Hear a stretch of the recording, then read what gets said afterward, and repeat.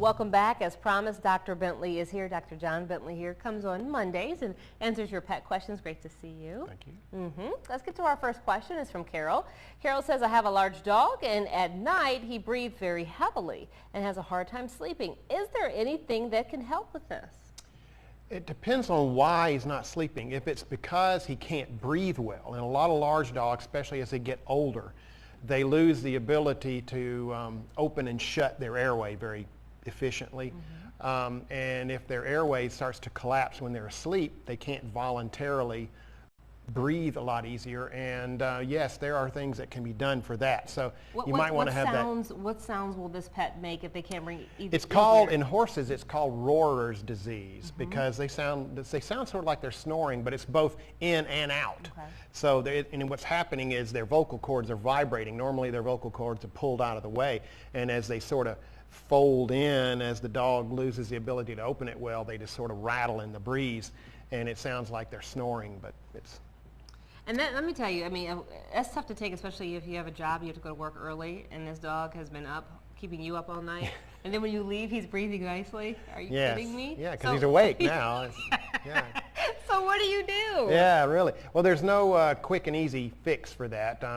If it's snoring, true snoring, a lot of dogs snore. There are surgeries that can be done for that. Nowadays, we send you to a specialist. They have a laser, and it's a quick and easy procedure, very safe, and usually doesn't even bleed. I mean, they're pretty quick and easy nowadays with the lasers. All right, Carol, hopefully that helps out. Our next question is from Albert. He wants to know, what is the appropriate age to give a puppy his shots? That's a very good question. We usually start them at 6 weeks, 6 to 8 weeks, somewhere in that range is a good time to start them. And then they have to have boosters, just like babies. They have them every 3 weeks until they're somewhere between 14 and 16 weeks old. And this is all a statistical game. Okay. You don't know whether that first shot's going to work or not. At 14 to 16 weeks, we know that when the puppy is given that shot, 100% of them are now immune. You have no idea when that occurs during that time between 6 to 8 and 16 weeks.